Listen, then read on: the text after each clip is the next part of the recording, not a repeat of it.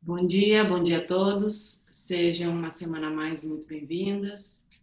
As minhas irmãs, Karina e Mirella, e todas as pessoas que nos acompanham nos nossos estudos semanais. Já vamos começar hoje com a oração. Em seguida, a Karina vai ler para a gente a nossa mensagem do dia e depois a Mirella vai ler para nós. Hoje estamos no capítulo 3, Instruções dos Espíritos, terminando o capítulo 3. Então vamos fechar os nossos olhos, nos concentrar um pouquinho no nosso interior, que esse é o momento da gente alimentar a alma. E todos os nossos problemas, as nossas aflições, as nossas dúvidas, podem ficar do lado de fora desta reunião, porque esse é o momento onde a gente se conecta com Deus, com os nossos mentores, com o nosso eu, e é aquela meia horinha que a gente respira,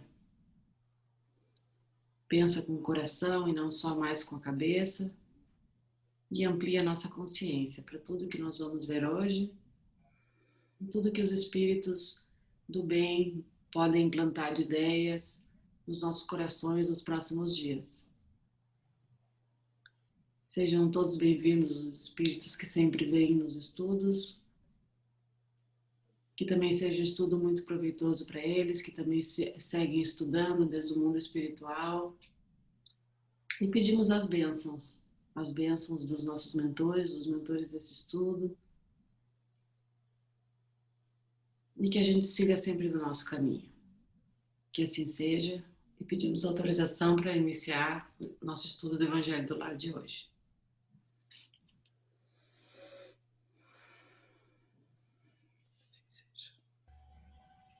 Que assim seja, e pedimos também aos nossos mentores e aos nossos amigos espirituais de fluidificarem as águas, para aqueles que portaram as águas, para que durante as leituras todos os fluidos necessários para nossa mente, nosso corpo, nossa alma, possam ser colocados ali para nossa regeneração, de dentro para fora, que é sempre o intuito. E que assim seja. Começamos então hoje, dia 24 de setembro, e a leitura de hoje tem o título Para Enfrentar o Desânimo. E começa com a frase: o adversário mais perigoso da força é a fraqueza, de Hugo Hofmannsthal. Então, para enfrentar o desânimo. Quando o desânimo nos alcança, cuidemos para não nos curvar sob o peso ameaçador da desesperança. Ficamos desanimados porque as energias gastas ultrapassaram nossas reservas. Ficamos desanimados porque as frustrações foram se acumulando, sem alegrias. Ficamos desanimados porque temos um déficit crônico de saúde emocional e qualquer esforço nos drena as forças. Ficamos desanimados porque achamos que já se esgotou o tempo de espera para que nossas orações fossem respondidas por Deus. Desanimados, devemos gritar com todas as nossas forças: Senhor, estou cansado. Ele ouve, Ele renova as nossas forças, as forças dos cansados, para que continuemos lutando. Desanimados, devemos buscar atividades e desenvolver atitudes que contribuam para que a nossa taxa de confiança em Deus aumente em níveis capazes de gerar paz para o interior de nossas vidas. Desanimados, faremos bem se pedirmos as soluções que precisamos e rogarmos a Deus sabedoria para ver, agir e viver. Os desanimados talvez necessitem de coragem para buscar uma ajuda externa que os anime a entender a misteriosa dinâmica interna das suas mentes e corações. Por mais desanimados e cansados que estejamos, Deus nos fortalece e nos convida a esperar um pouco mais, enquanto Ele está trabalhando por nós, mesmo que em silêncio.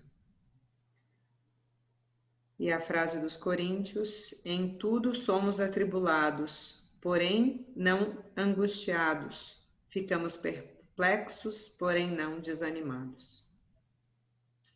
E que assim seja e possamos todos enfrentar os nossos desânimos. Quem não desanima, né? Muito importante essa mensagem, porque quem não desanima? Todos desanimamos, né? Temos períodos que às vezes a gente acha que não vai conseguir, e essa é a resposta. Quem é que nos dá a energia suficiente para que a gente consiga seguir o nosso caminho? É Deus, né? Então, a gente muitas vezes esquece, entra naquele turbilhão de negatividade e começa a procurar talvez os lugares errados. Até tem uma música né, cara, que eu estava escutando outro dia, que dizia: procurei, agora não vou saber as palavras certas, mas procurei em muitos lugares, em muitas pessoas, mas a força está em Deus, né? E ela está dentro de nós.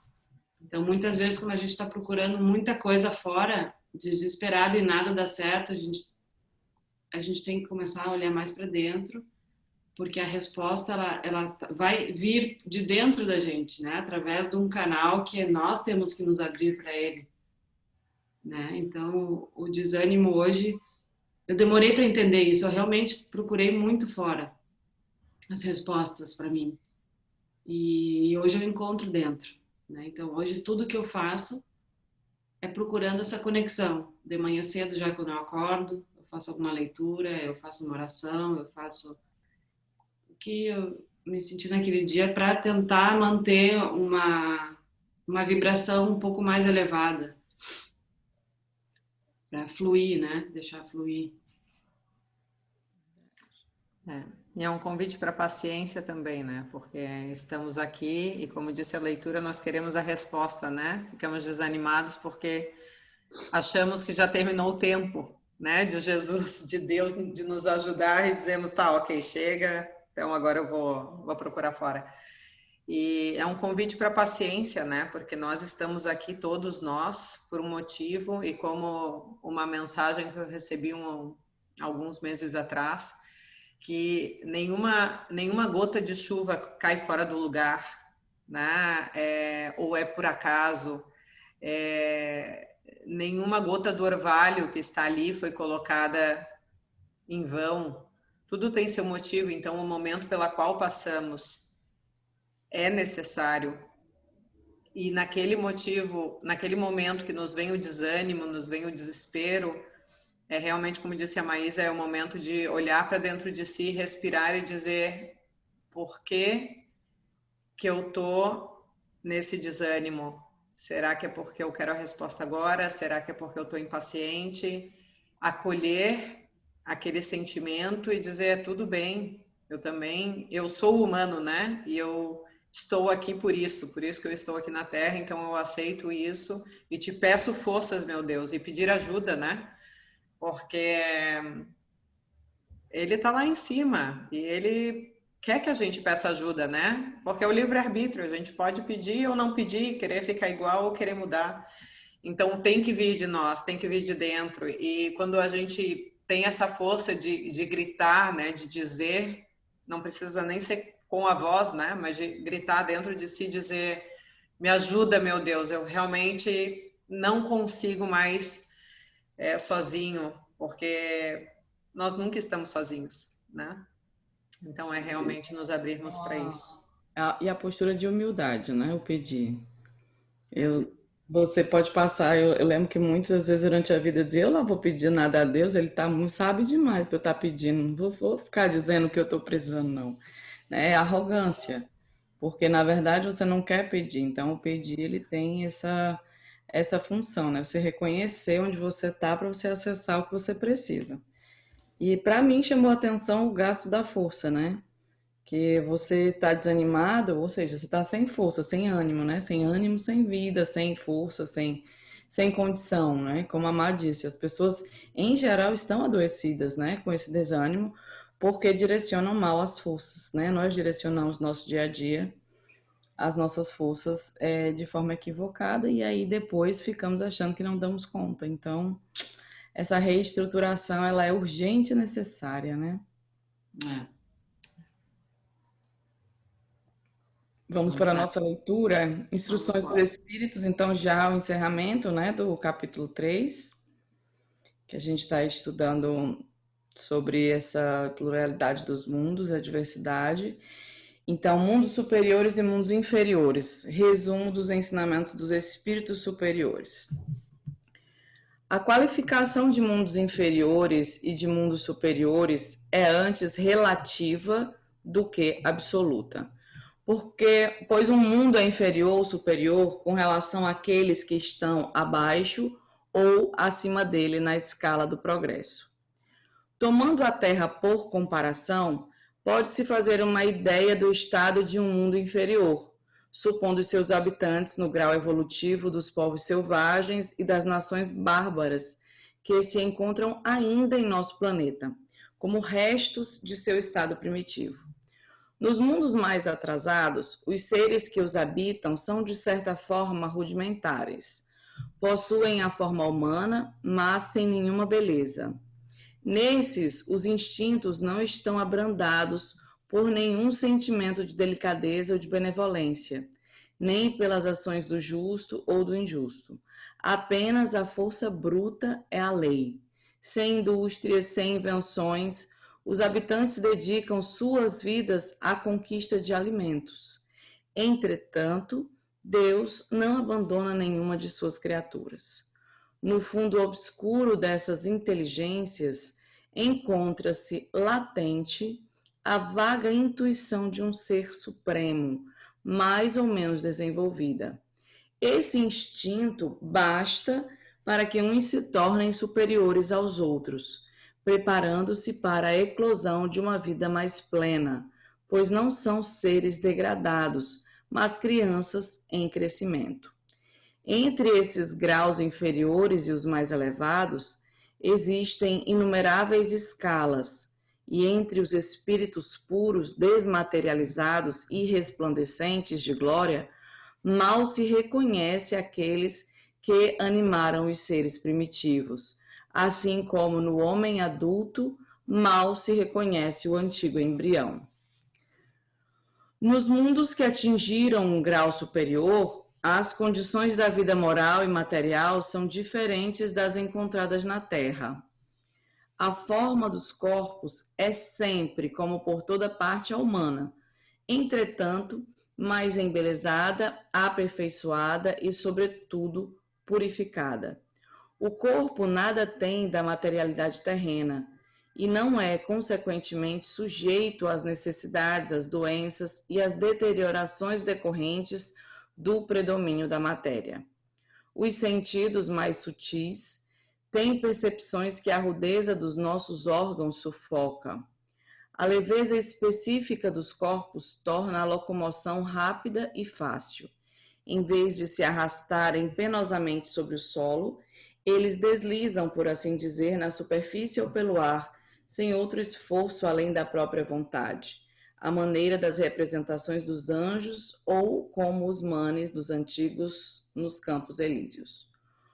Os homens conservam à vontade os traços de suas existências passadas e aparecem aos amigos tal qual estes os conheceram, mas iluminados por uma luz divina, transfigurados pelas impressões interiores, que são sempre elevadas. No lugar de rostos pálidos, devastados pelo sofrimento ou pelas paixões, a inteligência e a vida resplandecem com esse brilho que os pintores traduziram pela auréola dos santos. A pouca resistência que a matéria oferece a estes espíritos já bem avançados facilita o desenvolvimento dos corpos e abrevia ou quase anula o período da infância. A vida, isenta de preocupações e de angústias, é proporcionalmente muito mais longa do que a da Terra. Em princípio, a longevidade é proporcional ao grau de evolução dos mundos. A morte não tem os horrores da decomposição e, longe de ser motivo de pavor, ela é considerada uma transformação feliz, pois não existem dúvidas sobre o futuro. Durante a vida, não estando a alma encerrada numa matéria compacta, irradia e goza de uma lucidez que a coloca num estado quase permanente de emancipação, permitindo a livre transmissão do pensamento. Alguém quer continuar? Posso continuar. Nestes mundos felizes, as relações de povos a povos, sempre amigáveis, nunca são perturbadas pela ambição de dominação, nem pelas guerras que lhes são consequentes. Não há mestres, nem escravos, nem privilegiados pelo nascimento. Somente a superioridade moral e a intelectual estabelece diferença de condições e confere a supremacia. A autoridade é sempre respeitada, porque decorre apenas do mérito e se exerce sempre como justiça. O homem não procura elevar-se acima do homem, mas sobre si mesmo, aperfeiçoando-se. Seu objetivo é chegar ao nível dos espíritos puros, e esse desejo incessante não é um tormento, mas uma nobre ambição, que o faz estudar com determinação para se igualar a eles. Todos os sentimentos ternos e elevados da natureza humana lá se encontram, engrandecidos e purificados. Os ódios, os ciúmes mesquinhos, as baixas cobiças da inveja ali são desconhecidos. Um sentimento de amor e de fraternidade une a todos os homens. Os mais fortes ajudam os mais fracos. Suas posses são correspondentes às possibilidades de inteligência de cada um, mas ninguém sofre pela falta do necessário, pois ninguém ali está por expiação. Em uma palavra, o mal não existe. Em vosso mundo tendes a necessidade do mal para sentir o bem, da noite para admirar a luz, da doença para apreciar a saúde. Lá esses contrastes não são necessários.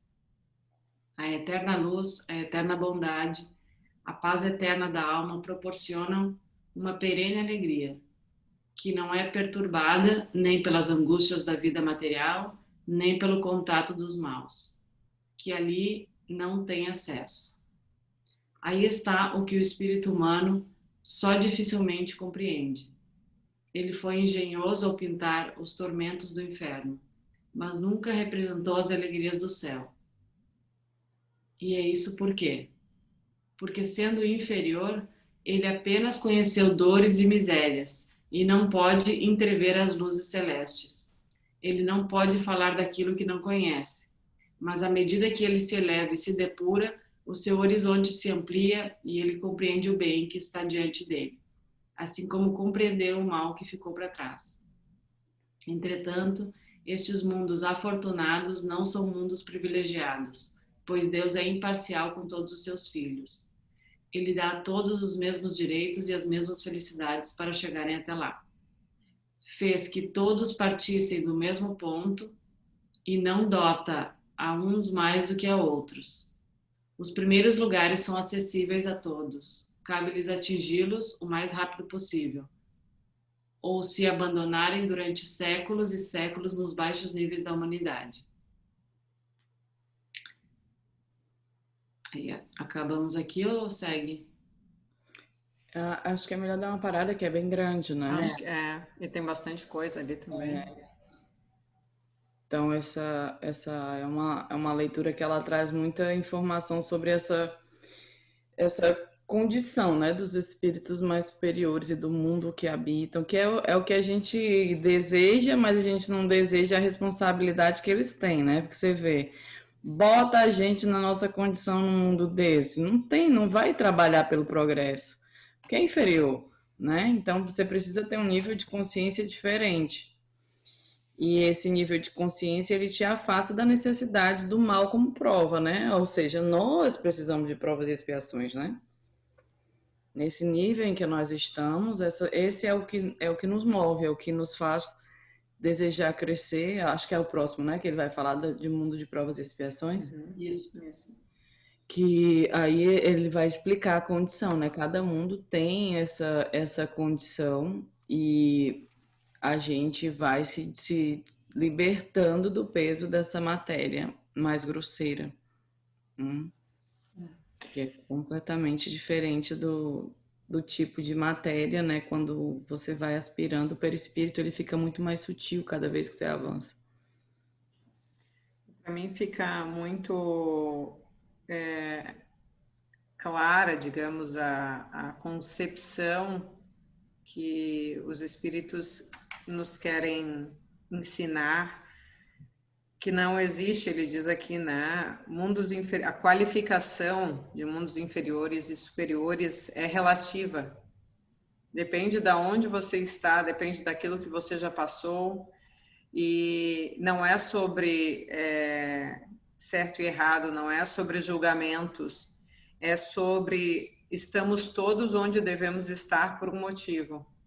É sobre Deus não ser parcial, não ser completo com nenhum dos seus filhos. Ele é completo e deu a todos a chance de começar do mesmo lugar, como esse último parágrafo aqui que ele diz. Ele não dota ninguém com mais habilidades e aptidões que os outros.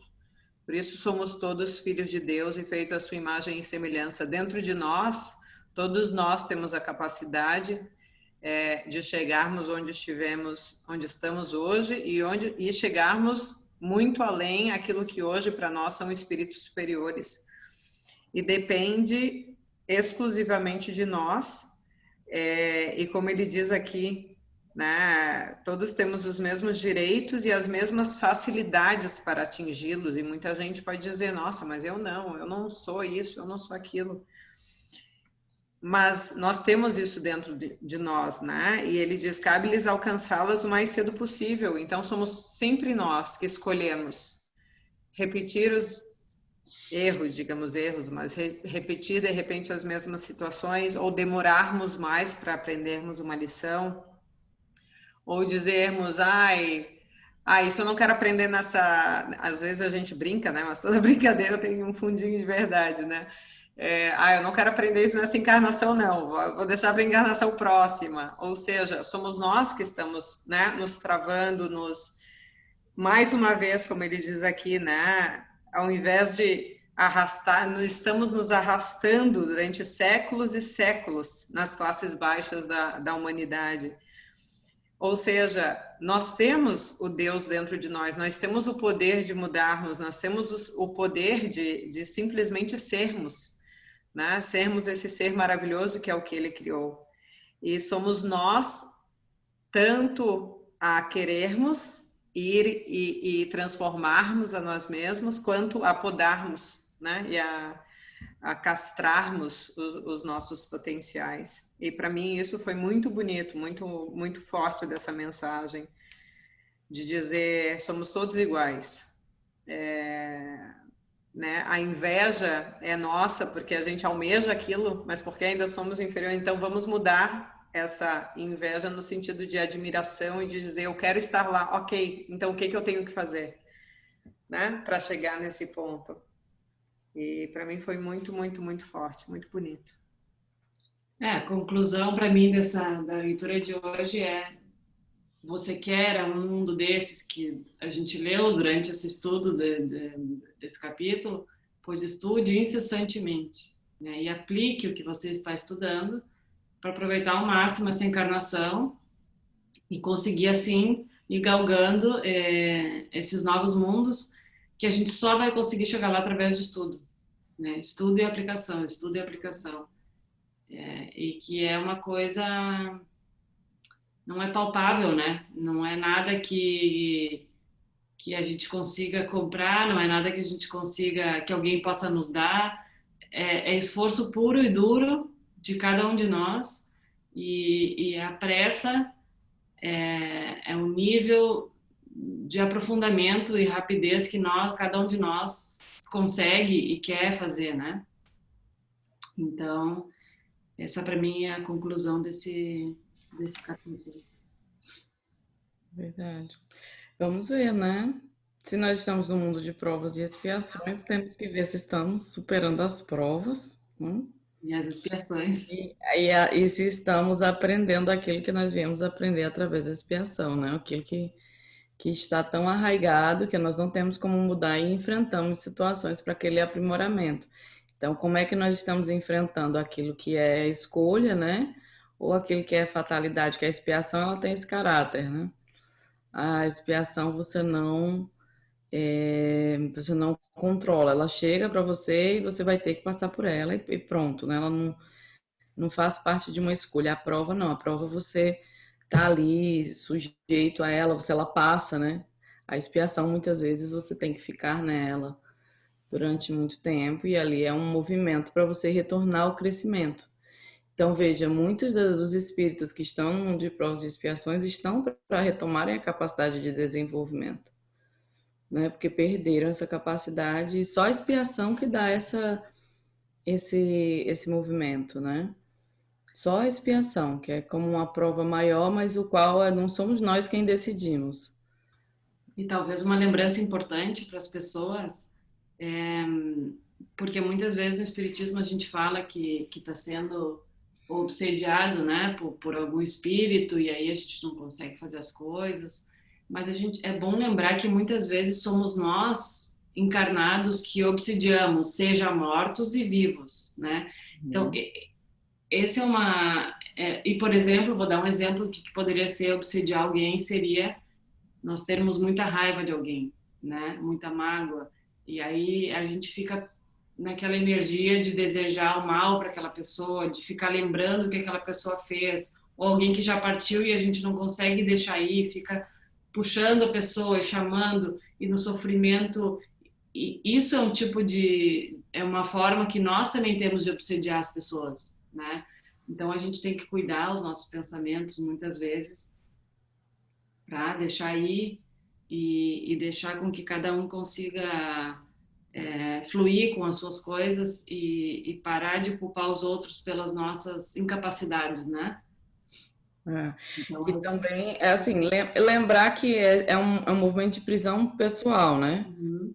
Porque acho que, como Joana de Ângeles diz, você manda uma energia para aquela pessoa, não sei se é em conflitos existenciais que ela fala desse tema. Você manda uma energia para uma pessoa. Aquela energia má, se a pessoa ela não recebe, aquilo ali volta tudo para você, né? Então, na verdade, é um movimento que você não pode ser também só o responsável por essa obsessão, né, no sentido, mas isso é uma obsessão para você mesmo, né? Uhum. Você está completamente obsessivo com aquilo. E essa coisa dos espíritos, né, tá lá no livro dos espíritos, influenciam os espíritos na sua vida muito mais do que imaginais. Muitas vezes são eles que vos dirigem, né? Então, eu gosto quando o povo diz, ai, tem um espírito me influenciando. É muita gente que sabe que a gente é espírita, geralmente eu digo, tem, é? Para meu filho, não é só um não, né? Tem pamagote, tá cheio. Então, não é o problema seu, não é os espíritos que estão influenciando, é que tipo de vazão você está dando, porque tem influência de bons espíritos o tempo todo, né? Temos as nossas intuições, temos todo o auxílio que a gente recebe. Agora, quando esses espíritos estão nos dirigindo, eles estão impondo essa vontade na nossa inferioridade, que na verdade encontram em nós aquela porta, né? Aquele porto, para fazer, vamos dizer assim, agirem os seus equívocos. Então é muito sutil realmente essa temática, né? Porque a gente pode sim se tornar obsessivo, né? E é um inferno para a própria pessoa, né? Aquilo ali se tornou, a mente está completamente consciência para as nossas condutas, né? E aí a gente vai descobrindo como é que está conduzindo as nossas encarnações. Uhum. E é importante lembrarmos também, e eu tenho pensado muito nisso essa semana, que e faz todo sentido com a nossa leitura da trajetória, né, da leitura do Evangelho, que na verdade nós hoje somos obsediados ou, né, fazemos muitas vezes, como disse a Mirella, que dizem, é porque estou sendo obsediada. Mas como eu disse antes, né, nenhuma gota é fora do lugar, nada é fora do lugar. Então, se estamos sendo obsediados hoje, é porque nós já fomos os obsediadores, talvez daqueles espíritos numa outra encarnação, e nós já fomos aqueles que hoje nós consideramos os maus espíritos. Não é à toa que nós estamos na Terra, não é à toa que estamos doentes e vivemos nesse grande hospital terreno, com essas provas e expiações, para podermos nos transformar em pessoas melhores, em espíritos melhores. E a forma de nós melhorarmos é sempre através do amor. Porque no momento que nós olhamos para esses maus espíritos, digamos, num modo pejorativo, e dizemos saiam, ou vocês aqui não são bem-vindos, nós estamos excluindo parte daquilo que nós somos, porque nós também fizemos parte da vida deles e eles estão conosco por um motivo.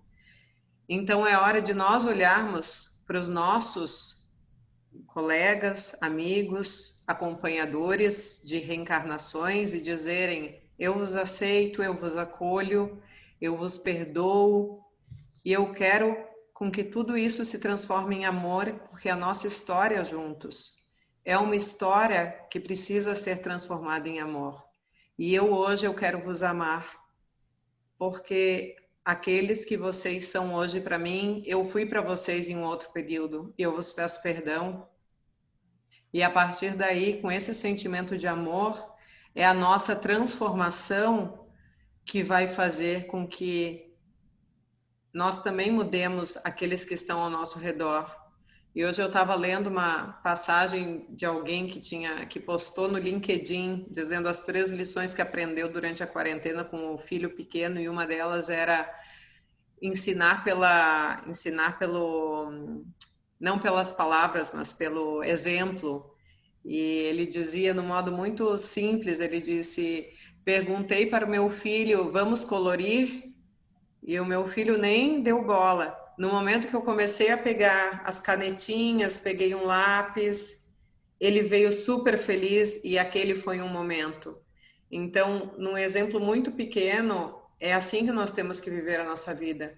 Porque se nós não conseguimos aceitar as pessoas que fazem parte, encarnadas ou desencarnadas, daquilo que nós somos hoje, a gente não consegue aceitar a nossa história, não conseguimos aceitar a nós mesmos, e se nós não conseguimos olhar com amor e compaixão para essas pessoas, para esses seres, nós nunca conseguiremos olhar com compaixão e com humildade por nós mesmos, porque nós temos que ser humildes em primeiro lugar, para dizermos: eu errei, eu falhei, continuo errando, vai depender de mim o tempo que eu quero para continuar errando, mas hoje eu entendo e eu vos peço perdão.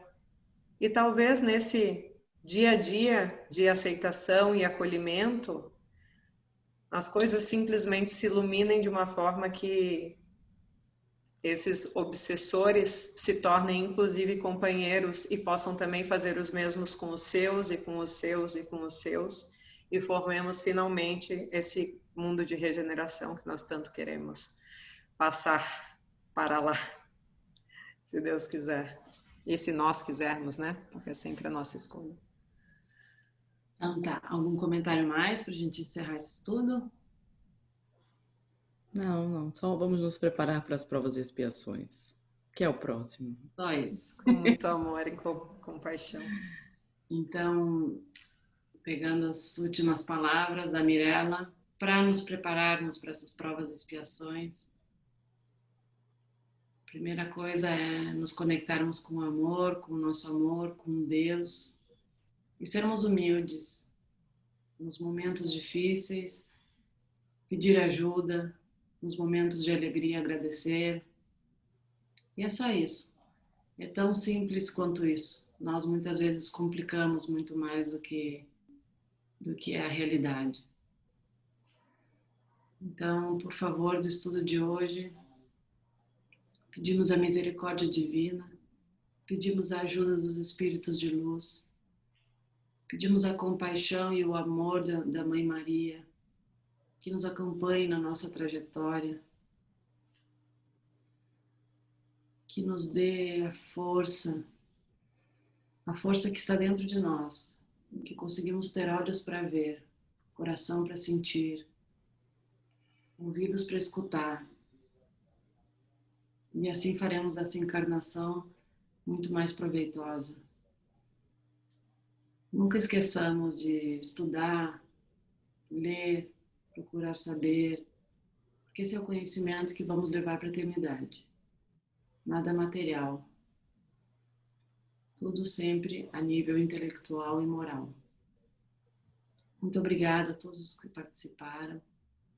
Quem trouxe a sua água, agradecemos a fluidificação das nossas águas, que é uma ajuda que nós temos também durante a semana.